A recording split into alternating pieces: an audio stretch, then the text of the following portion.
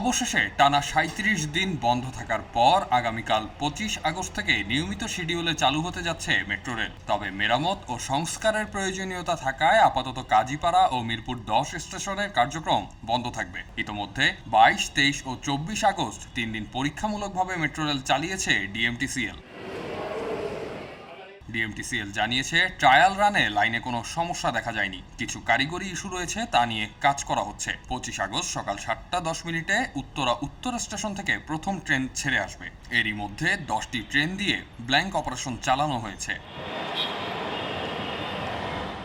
এদিকে আওয়ামী সরকারের পতনের পর বৈষম্যহীন বেতন কাঠামো সহ ৬ দাবিতে ৮ আগস্ট থেকে কর্মবিরতি শুরু করেন মেট্রো রেলের ১০ থেকে ২০তম গ্রেডের কর্মচারীরা। তারাও গত ২০ আগস্ট থেকে কাজে ফিরতে শুরু করেছেন।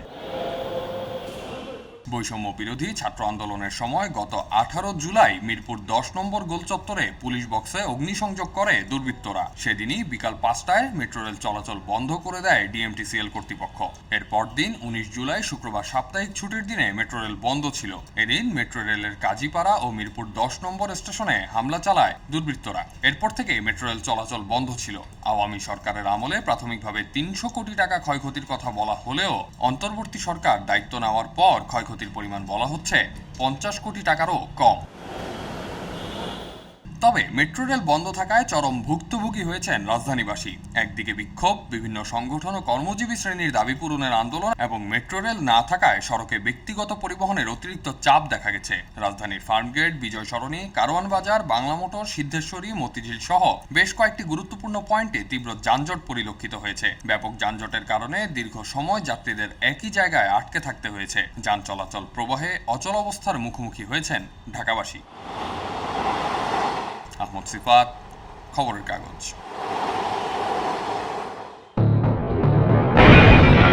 সবাই যখন জোয়ারে গা ভাসায়, কেউ কেউ শির দাঁড়া সোজা করে ঘুরে দাঁড়ায়। সময় যেখানে প্রতিনিয়ত হার মেনে নিতে শেখায়, কেউ কেউ চ্যালেঞ্জ ছুড়ে দেয়।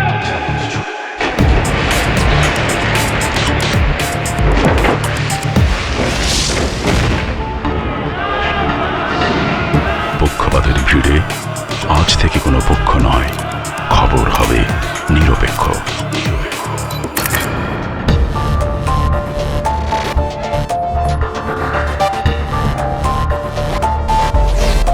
বানোয়াট তথ্যবাদ, খবর হবে নিখাদ।